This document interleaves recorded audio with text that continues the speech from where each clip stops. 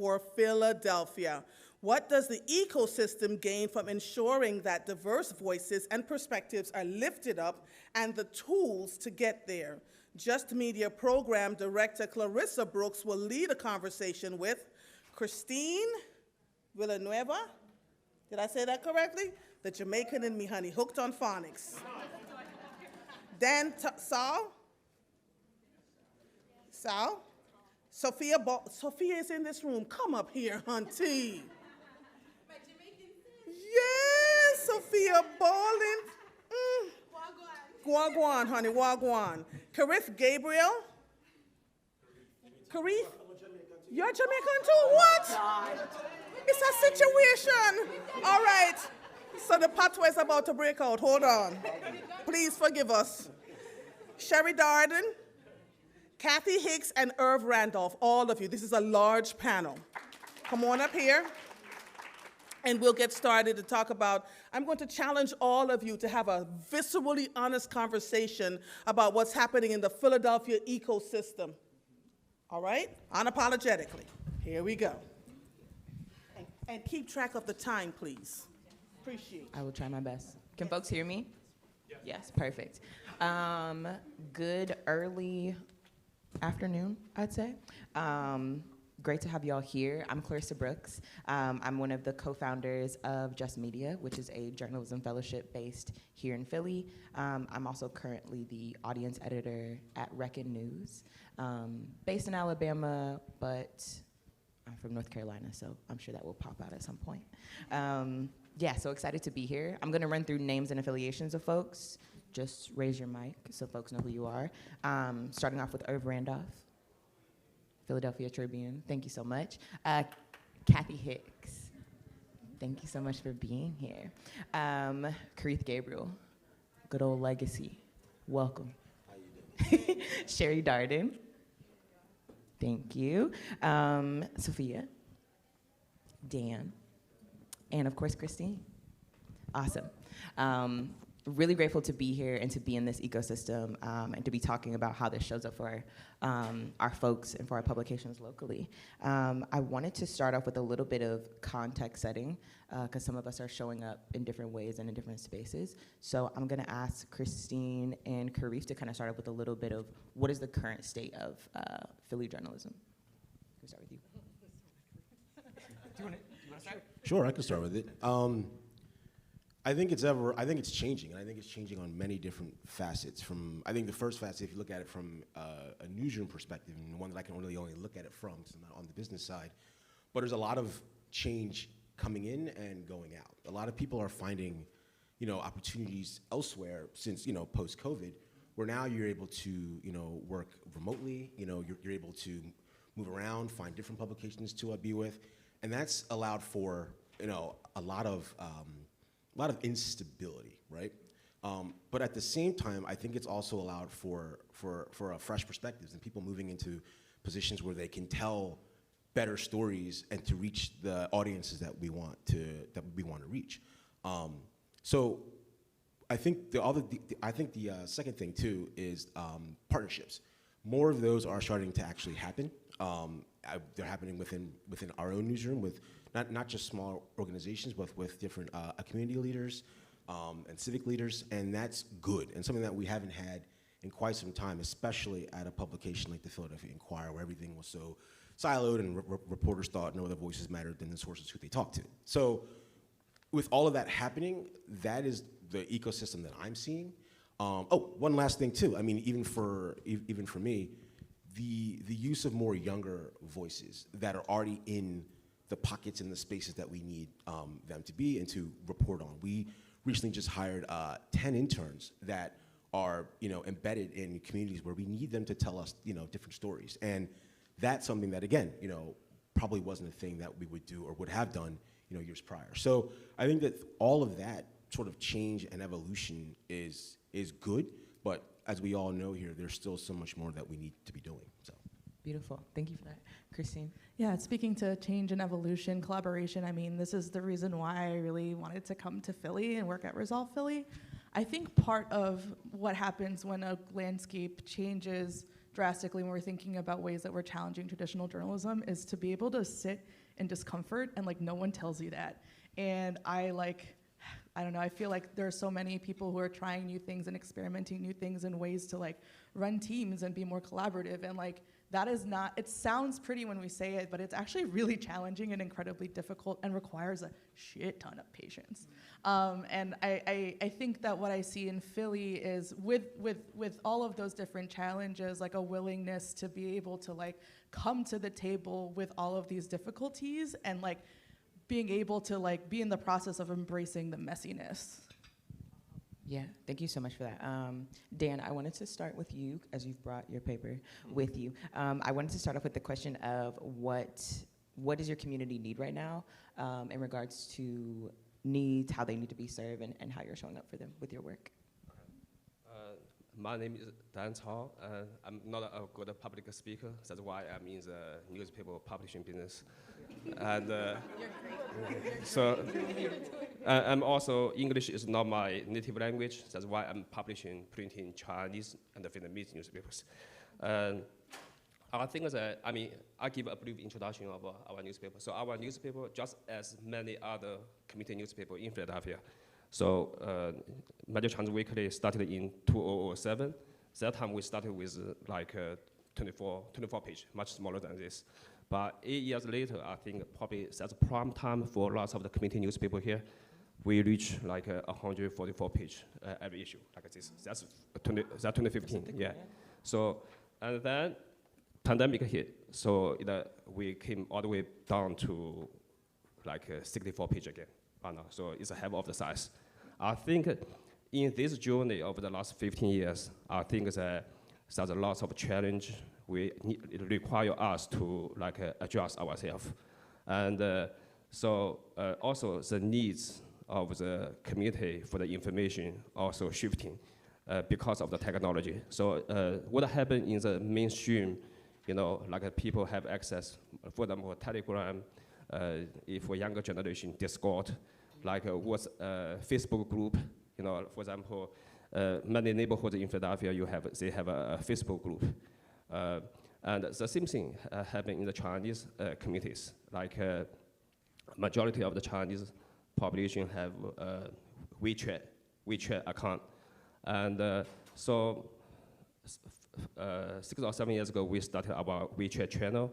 And currently we have about 45,000 subscribers. At the same time, we also organize our readers into different WeChat groups, just like the Facebook groups. So for example, we have a group called Mom in Chinese Mom in Northeast Philadelphia. So that group, we have 800 moms, Chinese moms living in Northeast Philadelphia. Then we also have a group Chinese restaurant owners on WeChat. We have 600 or 700 restaurant owners. So then I think because of the challenge we have, and also we keep a try to, I think in some aspects, our newspaper become a half semi-non-profit, because we receive so many inquiries from our readers through WeChat groups. So we have staff, 2 staff constantly responding to our readers. Is there a bus from Chinatown to King Plaza? For the what is required as a first day to take my kids to the school.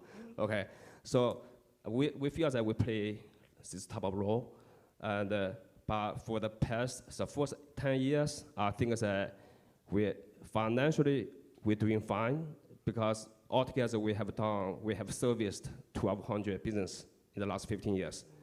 And so we're doing financially well, we're able to do something like this.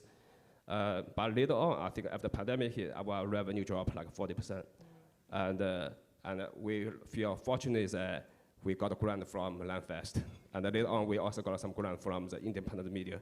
And right now, we're also a part of the NANS program by WHY. And so all these new resources also help us to adapt to the new challenges. Yeah, thank you so much for that. Also noting that we've heard a lot about SMS being really critical to communities and how we stay in touch with folks, just wanting to note that for folks. I'm gonna come back this way, starting with Sherri. I wanna mix the question, what are your communities needing right now? And how are, what are your folks needing, and how does your publication meet those needs and serve them?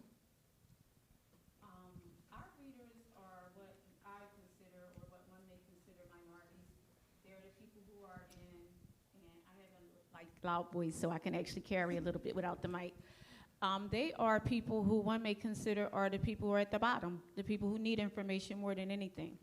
And because of that, what I do and what Scoop does is cater to those people. Everything that we do is in a method or trying to make sure that they get the information that those who can afford to pay for paper still get it. You know, there are many stories that are written and published in the Inquirer and Daily News, and I myself, I'm what I consider a middle income person, but I can't afford to pay $3 or $4 for a newspaper every day. So when you think about that, you know, I provide the same information. I have a lot of the same connections. Our writers cover a lot of the same stories, and we give those people who ultimately cannot have that. And what also we do is we give it to them in situations where it's literally right there at their hands. Like we deliver it to their institutions, to their communities, so that it is available to them. My biggest problem is that financially, the need that comes with publishing a print publication exceeds what I can actually do. You know, there are tons and tons of people who need information, but my finances can only pay for a set amount. Yes, we have a digital platform. Yes, we have an app. It is available, but the majority of my valued readers are hardcore lifetime readers, and they have a phone. Not to say that they don't, but the technology side is not something that maybe they can use, but they're not interested in that. There are still tons of people in this world, and Mr. Bogle and Mr. Irv can speak to that, that still want to touch something and feel it every single day. There are tons of people who have that need, and they are a lot of times my target audience. You know, we have the other options available, but we need to make sure that these people who are the aging out or the people who one may see or think does not need information, unfortunately, are the ones who actually really do need it. So that's my answer. Thank you so much for that. Irv, coming to you. What needs are you seeing in your readers, and how are you serving them? Well, first, good morning to everyone. Our readers are looking for news and information about themselves. Begin with that, because so often they are not represented fully in the general media. There are so many stereotypes about our community, and the coverage is often superficial and on the margins. So we do a deeper dive in terms of our community, the issues that are important to our community. We advocate for the issues that are important to our community. We are a voice for the community because often they're not able to speak for themselves. So we have to look at this position that we have as a very essential position, because we're able to speak to those in power where many of our communities are not able to reach the elected officials, the leaders of large major institutions. And so we have to be able to speak for them or ask those questions for them that they're not able to do. And there's so many issues, of course, that affect our impact on our community that that need is great. So that's a very important role that we play. Again, just providing a very balanced, a fair and balanced coverage of our community. Our community is very diverse. Again, we are often presented in a very narrow way, and so that's an essential function that we have. Thank you so much for that. Cathy, coming to you with that same question. So for the Philadelphia Sunday Sun, and I echo, you know, what Irv and Sherri were saying, the Philadelphia Sunday Sun, we are a newspaper that's been publishing now for 30 years. We're tri-state. Thank you. This is actually our 30th anniversary. We're tri-state, but we too, again, really cater to the African American and minority community. So there are vast neighborhoods and communities that don't always get some of the stories that are already published in the mainstream media. Our stories aren't being told because, you know, again, when you turn on the news, you know, all you hear a lot of time is the gloom and doom. But there's also a lot of great stories of, you know, African Americans doing things in the communities, opening stores, opening businesses, and just things that are happening that small papers are able to, in their communities, cover. But one of our dilemmas a lot of times is, because we're tri-state, you know, how many papers can you actually print to get around to some of these neighborhoods? Because of the pandemic, a lot of news papers, number of them in the US, it was over 300 that actually shut down. So, you know, it's a struggle to be able to stay afloat, and we've been able to luckily do that. But it's advertising that really keeps you afloat, and that is the way that we are able to tell our stories. So, you know, it's getting those stories out to the communities, but we need the support of the community. The demographic of 65 and over, they still want to read a newspaper. Our subscribers that are 65 and over, they want their paper. They are the steadfast community that always their memberships. They redo their memberships every year faithfully, because they're a demographic that, although they have the cell phone and the social media, they still want to be able to see a paper. They still want to look at it, because a lot of times with social media, those stories, they move quickly.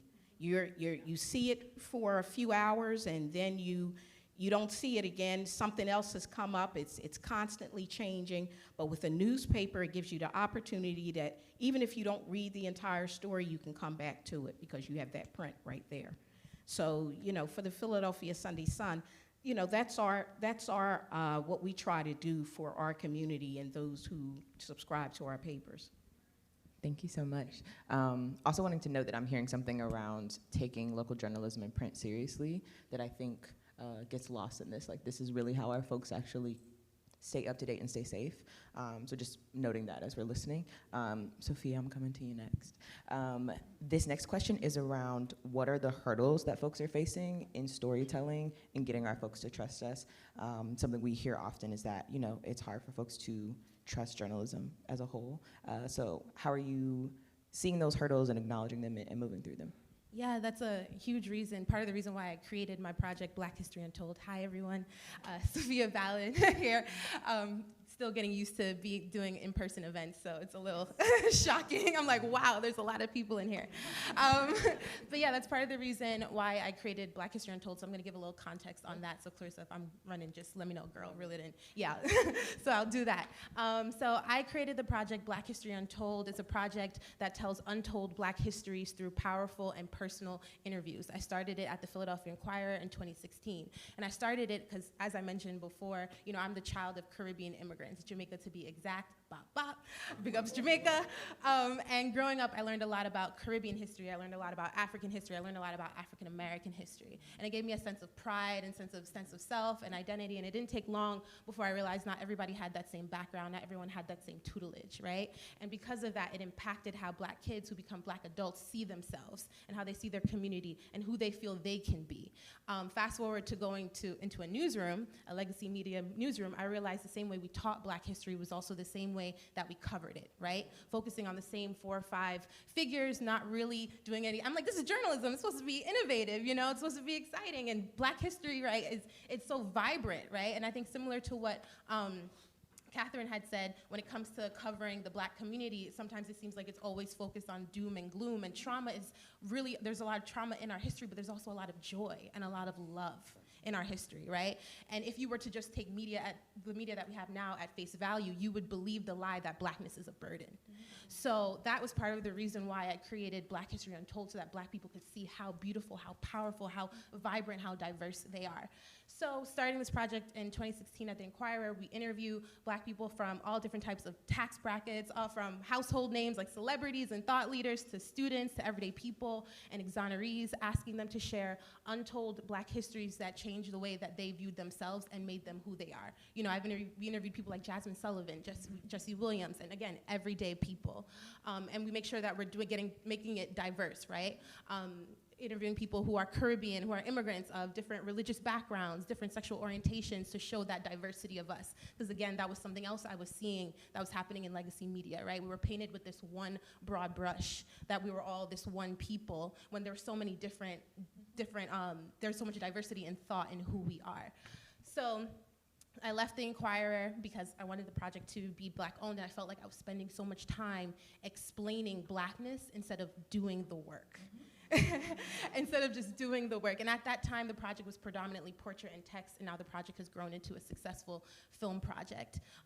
And every year, we explore Black history through themes. We've done joy, we've done revolution, we've done future, we've done futurism, we've done love, which is our most successful one recently, where we interviewed 13 Black couples where they talked about examples of love throughout history that influenced their love, right? So when you talk about telling these stories authentically, I think that I'm Black, I'm part of the community. I think that, you know, as Catherine had said and as I had mentioned, there's so much focus on the trauma, there's so much focus on the negative, and you know, there's truth in that, but I think there's this need and desire for the whole story and the whole, showing the full breadth of our humanity. Once I took this project independent, I was able to hire a all-Black team, and there's power in having a Black videographer, a Black editor, me being a Black producer. When people come in to do these interviews, they're like, wow, I feel like I'm at home.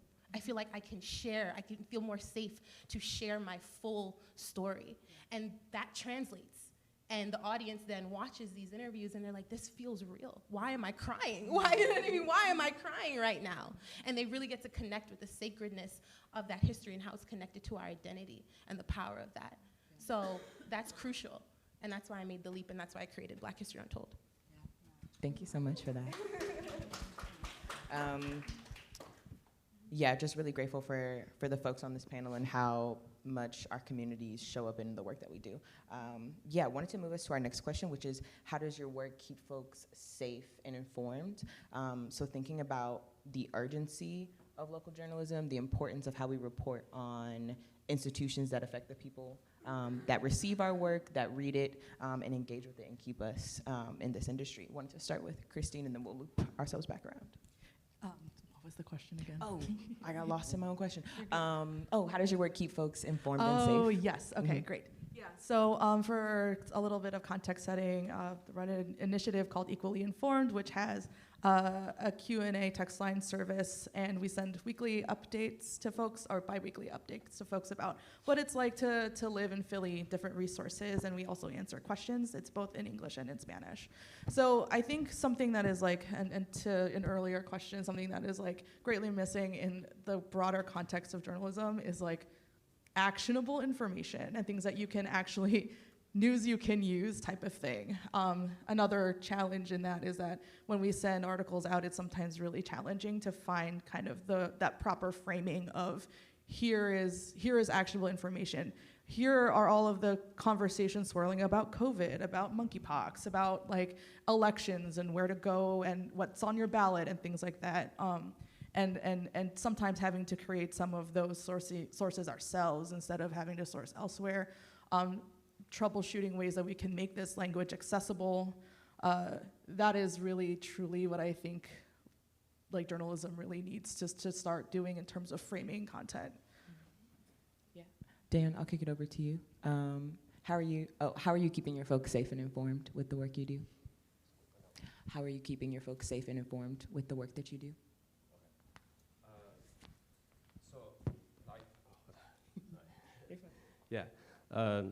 I think, Asian community is very different from other multicultural communities. The key difference, I think is there's a language barrier and also cultural barrier. There's a huge percentage of the first generation immigrants in the Asian American communities. So I think because of this barrier, it also make our media necessary to deliver the information or report on the topics that not being covered in the mainstream media. So that's one of the reasons we think that minorities, like Asian, Hispanic, Black, later on we're gonna become the majority. So that's one of the reasons we name our company as New Mainstream Media. Again, like I think every year, the focus shifting for the last 2 years. We every day, because we have a WeChat channel called Philly Guide for the Chinese, and about 45,000 subscribers. So every day in the morning, we push out a very long article, like to all of our subscribers, detailing, okay, what's the updated numbers of the COVID-19 cases in United States, Pennsylvania, Philadelphia, and also what the new policy being published from the cities, the state, also CDC, and what the new grant access you can potentially apply. So we do this like update every day on a daily basis with maybe another 7 or 8 stories. So that's something. Before we only publish 5 days a week. Later on we publish 7 days a week during the pandemics. And then right now the pandemic cooling down, and everybody getting out. That's why we have this event. And so right now we have a new issue. Main topic in Chinatown is about the 76 stadiums. So then, I mean, for us, no longer, I think that as a newspaper, it used to be one-way channel. Like we publish, we don't hear from our readers. Because right now we organize about maybe 8,500 of our readers into different WeChat groups. So we got lots of feedbacks from our articles. Sometimes people want to challenge us of the opinion we put in the articles. And I mean, again, we have 2 editors, because I think that before we have 15 people, but right now we only have 7 people after the pandemic. And we have our 2 staff that go scan the mainstream media channel on a daily basis. We check Philadelphia Inquirer, we check NBC News, we check WHOY, we check all the major to make sure that what's going on, or if there's a homicide in Northeast Philadelphia, is that Asian related, or there's some. So we try to compile all of this metropolitan news into Chinese and Vietnamese. So that's how we, I think, try to keep the folks in our community safe during pandemics and also nowadays. Thank you. Sofiya, how does your storytelling show up to keep people informed and safe in the world? Yeah, that's a great question, because I think I was like, I have to really think about that with Black History Untold. I think that the project equips people, especially Black people, with the tools and information to remember who they are, right? In some of the toughest of times. I think one of the times when the project started to boost more in visibility was 2020, when we saw the global mobilization around the death of George Floyd, Ahmaud Arbery, Breonna Taylor, all of these people coming to the project. And at that point, we had released the Revolution installment where we interviewed people who talked about global examples of Black revolution around the world. And people saying, wow, we've been through this before, and we can do it again. Or wow, this is what I took from this. This is something that we should be doing now. Or even people who aren't Black saying, I didn't know this, right? And this gives me so much hope, and this is opening my eyes to a lot. So I think that we equip people, Black people especially, because that is my primary audience. That's who I think about when I produce this work. It's Black people and all Black people. It equips them with the tools to remember who they are. And I think this also ties into your question about hurdles, right? I remember, especially in the newsroom, the time that that's taken to just explain Blackness instead of doing the work. I remember having a colleague who, when you're writing an article, you only have a certain amount of words that you can use. You have a word limit. She had to spend maybe 2-3 sentences explaining what baby hair is. And I was like, what?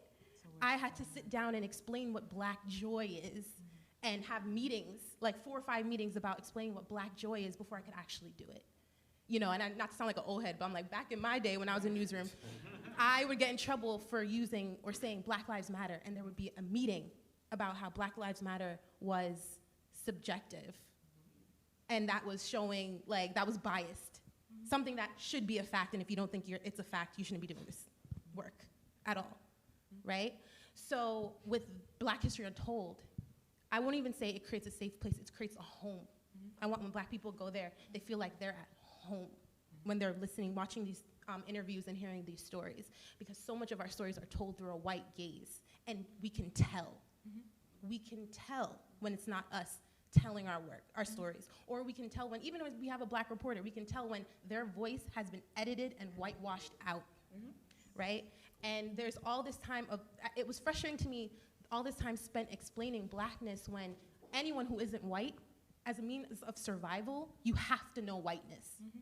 So with Black History Untold, I'm not spending time explaining all of that. You go Google that like everybody else, like I would have to do. You know, in order to network and to be here, I have to study certain things about the white mainstream in order to survive. So with Black History Untold, that's where I want people to go and feel like they're at home, something that feels like them authentically. And that's how I feel I keep us safe Thank and you for that. informed. Yeah. Critical stuff. Yeah, I feel like every Black journal in this room is like heard, felt, understood. The amount of copy wasted on explaining things, my goodness. Coming to you, wanted to talk about how the Inquirer is doing that work to keep folks and safe and informed. Well, first, I think I'll say I also got to check to make sure I have your cell number still in my phone, because that was fantastic. We need to have a conversation. For sure. That's a good question, and I think I have to kind of go back to my start at the Inquirer. I was with the Daily News for a number of years, left because it was a one-track print journalism-focused organization, and for me, I was like, I don't want to be this 20-year-old kid pigeonholed into only writing stuff for the newspaper, right?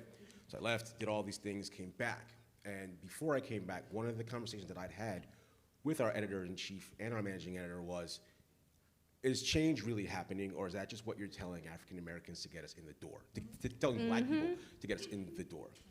And you know what? I came back because I saw the changes. I saw that we were creating these anti-racism focus groups and different committees and just having the conversation, which I know previously were not conversations that were had. I worked in the Daily News, and if you walked into the Inquirer, you felt like you were walking into a mausoleum in there. It was quiet, it was very stuffy, and just something that I just didn't feel.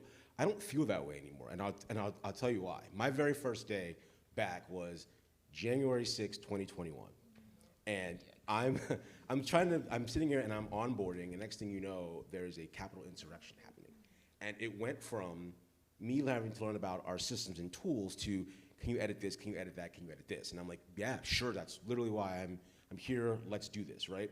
But what I noticed was we just weren't telling, a story of like, here's what happened. It was, here's what we know, and here's how we're telling you this story in different story formats for everyone to understand. It wasn't 800-word, 1,000-word pieces about what was going on. It was up-to-the-minute live blogs about the information that we had. We were sending out push notifications, and all of that stuff, I was like, wow, this is changed, because every time we published something, it popped up on my phone. So I knew people who subscribed to the Inquirer were getting that information. Now let's talk about how that all kind of relates now to a perspective of people of color.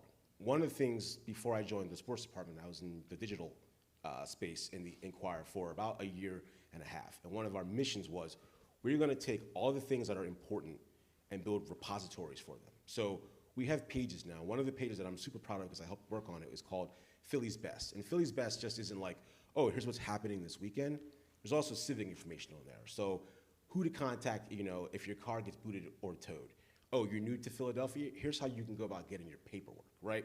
And all that stuff is important for everyone to know, and stuff that doesn't necessarily fit just the suburban audience who historically we've catered to, right? So I'm proud of that. I'm also proud of the fact that while I was there, we've called out people in power, frankly, on their bullshit. We created a page for the MOVE bombing. We brought back all of our archival work on that, and we've now led it from the archival work all the way into, all of the stuff that happened between, our now since, gone health commissioner into the failures of our city hall and our government and all of that. So I guess what I'm getting at is that we have repository pages and section fronts that, people can actually go to now and get the information that they need.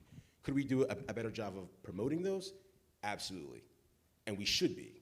But they are there. And I think that that was something that wasn't there before. And those are avenues that are allowing people to proactively be safe because the information is there for you and it wasn't before. So I would say that if there is one hallmark, there's the fact that we made it a point to put information that people need into spaces that it's livable and easy to find. Thank you so much for that. Cathy, coming to you. Yeah, how are you keeping your folks informed and up to date? So for a weekly newspaper, to keep people informed it's hard to do it on a daily basis, but that's where the social media comes in, because we have the opportunity to be able to put the information that we get off of mainstream or also from the agencies that we contact, and we put it on social media. We also have live pages where we go live and we actually talk about what's happening when it's the monkeypox or COVID or some of the things that's happening in the community when there are killings or just areas where the crime is like really high. We actually put that on our social media. But on weekly, we have sections that talk about health, that talk about what's happening in the community, resources that you may need. So that's our way of being able to communicate, but also have something when our readers get the paper, they have something they can hold on to, because with those pages, they can go back to it. They can go back to the health page. They can go back to the page just talking about what's happening when it comes to monkeypox and what agencies that you need to contact. So, for us, it's a two-way stream. It's social media, it's print work, and it's live feeds as well. Thank you so much. Irv, would love to hear how folks are staying safe and informed with your work. Okay. First, I'll start with being informing our community. We publish every day except for Monday in terms of print product. Of course, we have a digital presence every day and throughout the day. We're continuing updating the information on our website. We also publish a general newsletter that we email to subscribers. We also have and that's Monday through Friday. And in terms of health, getting into the safety aspect of what we do, we also publish a health newsletter Monday through Friday, informing our community on health issues. So of course, not only COVID, but monkeypox and general health disparities within our community. But going deeper in terms of the issue of health, in terms of the issue of safety, one of the ways I think that we keep our community safe is doing a deeper dive about policy. So often when we talk about the issue of racism, we talk about it on a personal level, what someone said to another person and what someone did. But the bigger issue is on a policy level. So there are policies that elected officials enact that has a direct impact in terms of the safety of our community. So that's very important that we challenge the policies that come from, whether it's from City Hall, from Harrisburg, or from on the federal level, that may have a negative impact. So often when our community have asked for assistance or help in resolving the issue, right now one of the biggest issues in Philadelphia and across the nation is the issue of gun violence. Well, how do you deal with that? Are you going to do it in a way that's constructive and that will alleviate the problem, or are you going to propose policies that will be counterproductive and have a negative impact on the community? This comes from the issue of policy. So by doing a deeper dive and challenging proposals that can be harmful to our community and counterproductive, that's one of the things that we have to do on so many levels, because so often our voices are not really heard. So we ask for one thing, and then we get something else back. And it's often a very negative impact. One of the big examples when the crack epidemic and it happened, and the community asked for a number of issues, investment in the community, to deal with issue in terms of health. What do we get and receive? Mass incarceration. So that's something that we always have to be on the front line of making sure that there are not policies to have a negative and harmful effect on our community. Thank you so much for that. I'm gonna go to Sherri before we jump to Q&A, just so folks are ready. Yeah. So I want to go back a little bit and give you one big thing about me. I am a little different and unique because I am a product of the community that I represent. I grew up in the middle of North Philadelphia with the people that I share information with. At most events, you can find me standing there with them. So the trust comes not just from physically putting out the news, but most of the time, I'm somewhere in that room. Why am I somewhere in that room? Because I was in the room before I became a publisher. You gotta take that and understand that. I was in the room as a product of the community, the person that was faced with the stereotypes and the looks, and this is that before I became a publisher. Now I'm blessed to be in a room with people who actually tell stories and represent and have another outlook. But when you look at me, you see Scoop. You know, I was a person who took on a part-time job and was blessed to be in a room with someone who was an educator and was an institution in the community. Most young black women don't get that. I am blessed to now look and understand evolution and what it means in media in this city. And I will say this to you, it will survive. It's going to survive because I have the records in the papers from 1960, 1970, 1980 to see how it evolved through the other changes. You know, and as black people, period, we do evolve. We make it through everything. So the support, what we do for our communities is built inside of us, and we bring it to the forefront. The trust is there with Scoop because Scoop has always been an institution in the community. I took on a paper that was 57 years old when I became the owner. Now it's 63 years. So I walked into something that was already a foundation. So the trust was there. The trust in me wasn't there, but showing up is what gave me that, all right, so she may not be that bad. He may have picked the right one for this, you know? And then as far as communicating, during COVID, I was hurt to see that I could not provide information. So I increased our publication. We went from a one-week paper to a twice-a-week paper. I transitioned. I got contracts with AP. I got contracts with Chicago Tribune. I got a contract with a social media company in Canada to put out my social media blast. Why? Because I'm pretty much a one-man show. Couldn't do it all. But I needed to be visible so that the people who got it and needed this information could get it. And then, because Cathy knows I couldn't print because I couldn't afford it. But then as soon as I got my first dime, I went back to printing and giving information to those who could not get it. So when you think of all of those things, and in between there, I do a radio show. So I'm constantly trying to open up different streams so that people can be involved in the conversation. So the one other thing about Scoop is we're a community mechanism. Most of our writers are people who live and work in the community. Most of them are from the community. So the stories that are coming are directly from their mouths. So the safety, the information, like you understand safety if you're living in this situation. You understand what door not to go into. So if you can share that with somebody else, I think that's the best news ever. There you go. Yeah, thank you so much for that. Yeah, we're gonna go into Q&A. I think someone is helping us run mics. Appreciate you. Yeah, really grateful for all of this knowledge and the importance of lived experience and expertise. Yeah, I hope we're taking it seriously. Can we start here? And just name, pronouns. Also, just as a side note, we're gonna ask questions. You know, if you've got a statement on your heart, that's important, but let's lead with questions. Absolutely. Good afternoon, everybody. I'm Tiffany Dubois Morales, founder and CEO of Dubois Public Relations. I go by she, her, hers. And this question actually is for Sherri. Oh, no worries.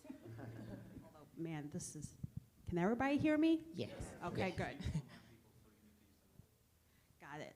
All right, so my main question for Sherri is, what are some programs that Scoop has implemented or will be implementing within local colleges or journalism groups, I guess, for the city of Philadelphia? Because there isn't really anything. No, we haven't done anything, and you know why? Because I've only owned the paper for 4 years. I've been trying to make a foundation so I don't go out of business. Well, I'm being 100% honest. My focus has been on reinventing and ensuring that what we had remains. Meaning, in Mr. Driver's last 2 years of his life, he was sick for the most part. So Scoop was working just on Scoop. You know, so when I became the owner, I had to rebuild and rebrand. So now I'm at a point where I'm a little bit comfortable.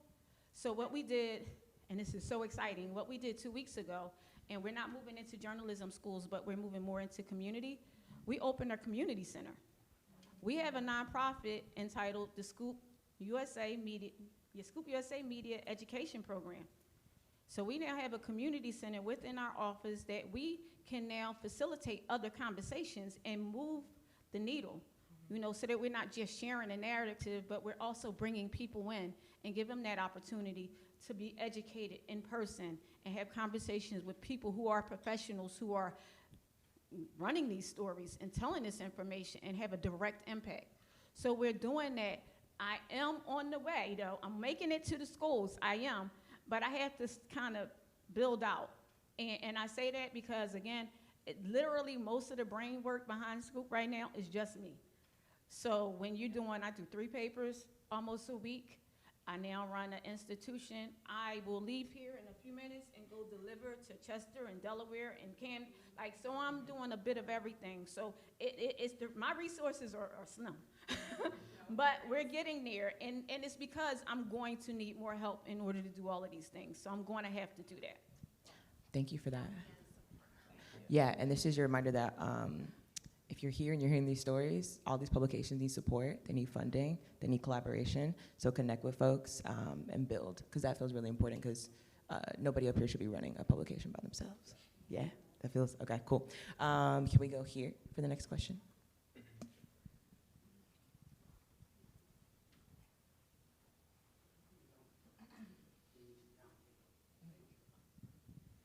Good afternoon. I hope it's afternoon, everyone. My name is Denise Clay Murray, and I am a longtime independent journalist. I write for Cathy on occasion. And my question for all of you is, and it kind of piggybacks on what you were saying about collaborations and funding. Are you currently collaborating with anyone? And I say this because I see a lot of the other people that I've written for in here that are people that we would probably really do well to collaborate with. And I want to find out, you know, if you're collaborating with anyone. And I know in Sonia's case, you know, in Sofiya's case, you know, wanting to make sure that the collaborations you have don't mean you have to explain what baby hair is to people, which is important because I've had to do that myself and it drives me nuts. But wild. But are there anyone, are you currently engaging in any collaborations now? And what does that look like? Yeah, we're gonna start with Kristine and then go back down. Cool, hi. Yeah, so I think collaboration is inherently built into a lot of things that we do at Resolve Philly, but specifically for Equally Informed, what comes to mind is our Info Hub Captains program, which is co-led by Dio. Hi, Dio. So they're essentially just community ambassadors who are really just like hyper civically engaged. I'm always constantly amazed, not in like a condescending way, but in a y'all do so much in the communities that you're a part of, and then you go home, feed your families, and think about the news ecosystem. Like, I do this as my full-time job, and then I go home and take a nap. And we, in terms of that collaboration, like we learn a lot from people's lived experiences, and a lot of people that we work with are particularly from Kensington because of the relationship that they have with media here. And so for our last print edition of our newsletter, which is led by community members from the ground up, and also with the help of folks on the team who have more of the structured journalism, I guess, education, and kind of bringing this all together, working with our amazing community engagement team to help distribute in key places around the city that are affected by the digital divide. So this whole big thing is just like collaboration inwards, collaboration outwards, and like really learning a lot from community members about things that I just straight up don't know because I'm not from here and I don't have like lived experiences that they do that are really illuminating and should really shape the way that we cover certain communities in Philadelphia. Also wanted to shout out a collaboration that we're also doing with Billy Penn right now on crowdsourcing for resources for folks who are experiencing addiction. And that was in response to our community newsletter as well. So stuff like that is just, I don't know, trying really, really hard to do stuff from the ground up and be responsive to community information needs. One more response down here. Go ahead. Oh, yes, we have a partnership with WHRY. We've had a long-term partnership with them, long-term partnership with also NBC 10. We've been doing a lot with the Lenfest Foundation. I'm trying to think, is there anything I've missed? Can you think of anything? But, so we've had we've had those partnerships, and I think they've been mutually beneficial for both institutions. And we're looking to expand the number of collaborations and partnerships that we do. Awesome, thank you so much. One more question on this side, and then we'll jump into this middle space over here. Hi, everybody. My name is Vincent Thompson, longtime journalist, now public relations person. I work for Councilmember Kenyatta Johnson. I'm his communications director. Never a dull day in City Hall. Yeah, that's okay. Strong people can do this work. My question is this. As far as diverse voices from your media outlets, I work with all of you, but you were created because mainstream systems were not covering it, right? The Tribune was created 150 years ago. So the thing we're dealing with today, the Tribune was dealing with in the 1800s. Mm-hmm. So my question is this: what do you consider success in the future, and how do you keep from getting poached by mainstream? Because a lot of the mainstream is partnering with you because they can't. It's beneficial for them, right? Like, let's keep it 100. Like, you know, certain media outlets in this town, they see the demographics are changing, and they don't have either the reporters or the commitment to go in there. So it's easy to say, let's partner with the Tribune. Hey, we need more black folks. We can get black folks, ergo. But sometimes your media outlets don't get all the benefits of that. You get the stuff taken out of you, but none of the reciprocal stuff. What do you consider success in the future for you? And I love all of you. I love a spicy question. I love a spicy question. Oh, juicy. Yeah, go ahead. Absolutely. So, again, as the novice, as the newest person coming into the room, what I found is that, first of all, it took a lot to get used to the fact that the stories that we would cover, and this is before Floyd and before COVID, like this is the end of the era before life changed from COVID. I would find that we would cover stories, and then 3 weeks later they would be on the news or in the Inquirer. It's like, but I had to learn how to first accept that reality and be thankful for the fact that the people that I was trying to get help for, taking it back to the community, were getting the coverage that they needed. Mm-hmm. Like, I had to take that out. Now, you can't be really, really caught up in the it's my story thing and fighting for it, because there's a bigger picture here. Picture has nothing to do with Sherri, nothing. You know, and I have to remember to take it back all of the time. You can jump up and down and get real upset. And it's gotten worse because, and again, there is the struggle now where black communities are. They're the news right now. And everybody wants to be in that realm where they're getting that information. So people are, they're swapping out stuff more, and you can't look for the credit. I'm never going to get all of the credit that's deserved. Mr. Driver will never get all of the credit that's deserved for the work that was done. And it's fine. It's definitely fine that I don't get the credit, because the credit is not about me. Scoop as an institution, again, I said, so long as the people who need Scoop and believe in Scoop is going to survive whatever transition. That can be financial, that can be, we can't print, because there's always going to be another way. And as long as you have the ability, knowledge, skills, and abilities to take 5 seconds and to look outside and figure out how to adapt, it will happen. You know, but these people who are coming and who are poaching, the one thing that's true is, how do you say it? Trends and fads fade. You know what I mean? As the evolution comes and the urgency and the need starts to go back down to a norm, then that will too change. It's true, because this is a shift, you know, and I'm a business and economic major, so this is a shift. You jump from this line to that line. And as that shift transcends and it becomes normal, when there becomes normalcy, that too will transcend, and we will adjust. Cathy, Can I speak on that for a second? Yeah, and then we'll go to Cathy. Yeah. So I want the credit. Okay, you say you don't care about the credit, but not me personally, but the paper should get the credit. I mean, fundamental to our business is attribution, right? And giving credit from where the source comes from. So credit should be given. So successful, like in the future, receiving the credit if we reported it first, getting the credit for doing that.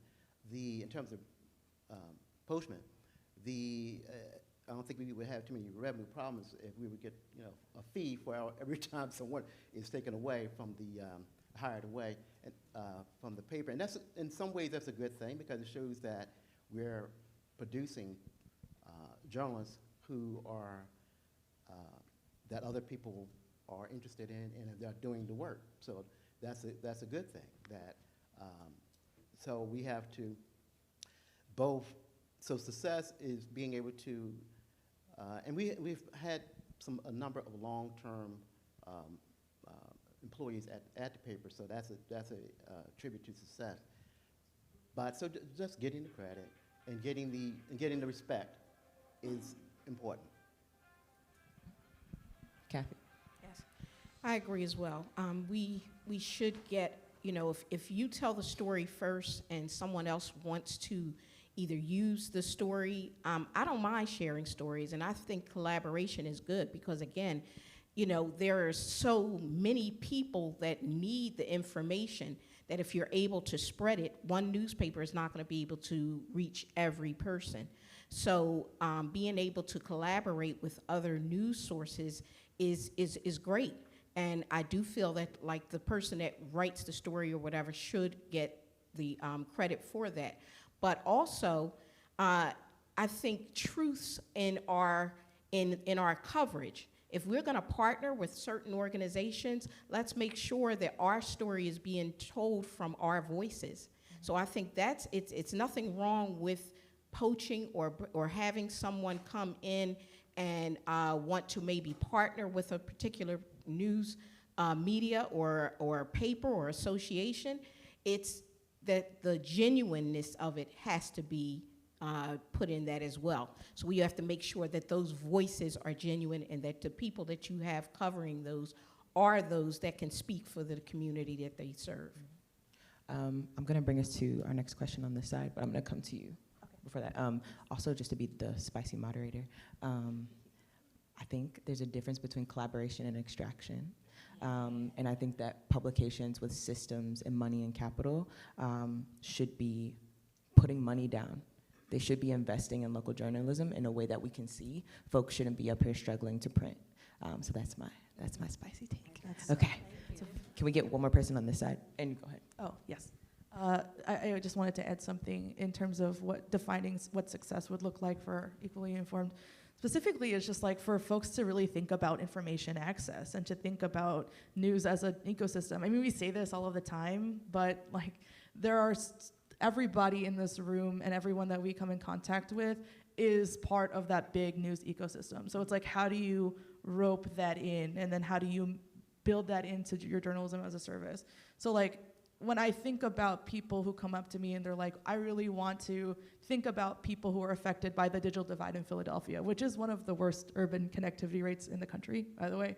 So think about the communities that are also being affected by that, right? People who may be experiencing gun violence, experiencing homelessness. These are like communities that distrust media greatly, and being able to bring them to the fold with something that is also useful for them in return, kind of like, hopefully we'll be able to negate some of that extraction and start the building blocks of trust, which is, I think, just gonna take, I don't know, a really long time, y'all. We took a long time to mess it up. Yeah. wanted to go to our next Clarissa, question. Can I speak to what you had said? You said something about, people with the capital and the funding investing in our work. Yes, Yeah. very quickly, and then we'll go to the next Yeah, question. really quickly. I can't fully speak to probably the socioeconomic reasons behind this, but I do know when it came to trying to get funding and support for my project in Philadelphia, it was a struggle. The people that wanted to fund, the people that wanted to support were people outside of Philadelphia.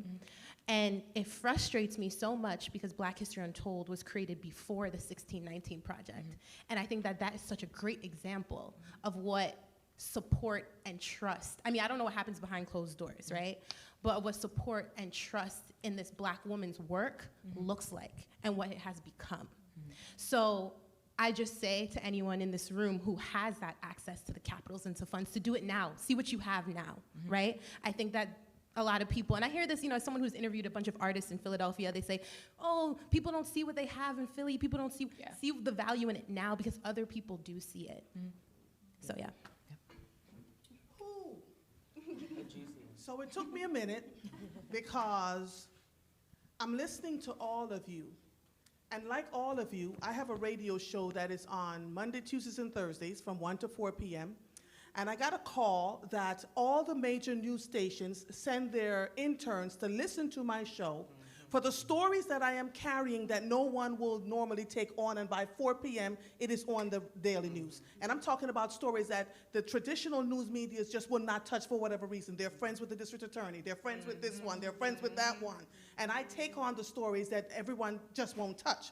Then it ends up in the news. Here's my question to all of you, because listen, I don't believe in poaching. I'm tired of us being utilized for the skills and skill sets that we bring to the table with no compensation whatsoever. How are you navigating with these organizations that are taking our stories and using them so that we can be compensated for it? How are you collaborating together to reach out to these traditional organizations to say, yo, enough is enough, right? You take the skills and talents that we have, you take them for granted. We're giving them to our community, but then you're taking them and using them. So what are you doing? How are you working collaboratively to then hold these institutions accountable for what they're taking from us? I'm Jamaican, y'all. Nanny of the Maroons. We just don't sit and say it's okay. It is not okay. Aren't we tired of struggling? Aren't we tired of struggling? Yeah, I just want to say we have 10 minutes left. So of course the juiciest question comes at the end. Want to start at the end. Also want to add, just as a solution point, if folks don't know about journalism cooperatives, they're a critical point to ending that extraction. So if folks banded together and built their own journalism ecosystems where legacy media has to come to y'all's cooperative first, like they can't get to y'all unless they speak to the full cooperative. I think that's a really important solution point that a lot of folks in the South are working through and building. So I want to start down here. So to answer, I don't know, and I know from me, we don't have a collaboration. It would be wonderful if we all could come together and source up and have a powerful platform where people would have to go through us. My reason for saying that I don't really care, so this argument is on both sides. You can write a wonderful article about an organization. Did a wonderful article about an organization. They got a check for $20,000. They never said thank you. I'm saying this is both sides. You can help and on one hand, and then that story gets covered by somebody else.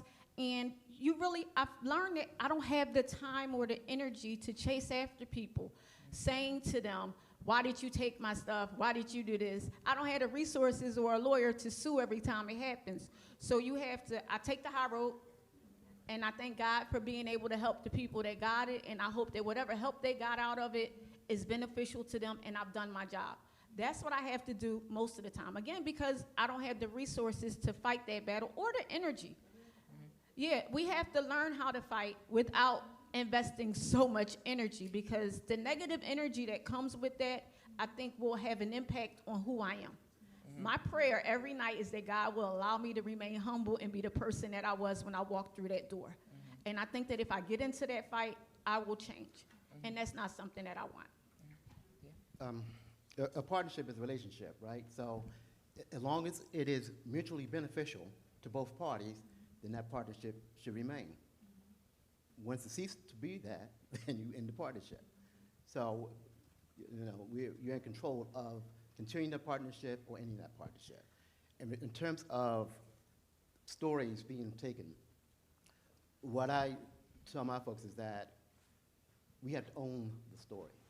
So someone else may cover that story, but we have to take ownership. And where we make a difference is that it's not a drive-by. It's not that we hit the story and then you move on. If it's important to our community, we stay on the case and stay on that story, and you stay with it all the way through.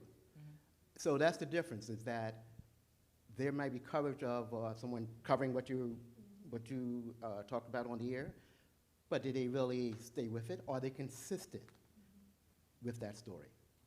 And I think that's the difference. So a one-time thing or kind of a superficial hit is one thing, but being consistent, staying on the case, taking it all the way through, reporting, day in and day out. We have to own it. I had a journalism professor tell me, and I'll never forget it because I tell interns this to this day, but he said, it's not who has the story first, it's who has the story best. True. However, where you found that story, you give credit where credit is due. Right. And that can come in many ways. It can come in form of a credit within the story. It can come in form of monetary compensation, which I think is what you're talking about, and I totally agree with. It can come from announcing that partnership. But if you're going to take a story on that you heard somewhere, or that I read in Scoop, or I read in the Sunday Sun, or I read in the Tribune, which I read almost weekly, I'm going to make sure that myself or my reporters tell you where they got it from. And that goes a long way. And not just a credit. Like, I saw this in the Tribune. You need to link to that story. That in itself, I think, is collaboration, right? Because myself, as a larger legacy organization, right, is doing the work of saying, these community publications, which are vitally important, is where we first sourced this news. We're now doing our homework on that news, but here's where we found it first. The second part of that, too, which is something that I think is also important, that surprisingly, a lot of our younger reporters in the newsroom are doing, is they are reaching out to those reporters and establishing those relationships and saying, hey, I saw your story, can we work on this together? Can we talk about this? Or not, you know what I mean? Or can we share information or share sources, because I'm jumping on this too.